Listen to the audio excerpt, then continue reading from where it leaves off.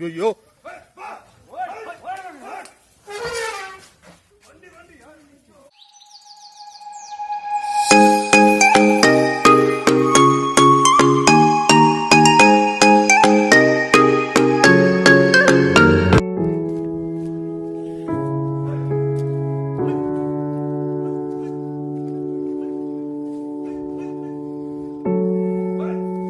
అయ్యో.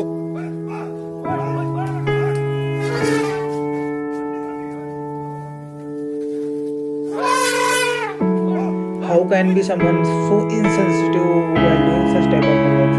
It is completely unacceptable for these type of works happening in the night in all over the areas we are seeing.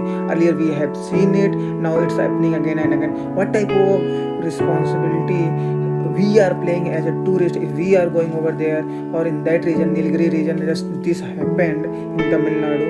How can we, this is like now human being will become a greatest enemy of the our animals and all the things. So we be aware of the things, and if you are seeing anyone is doing, just inform to the police so that action will be taken against them. This is completely insensitive and can't be accepted.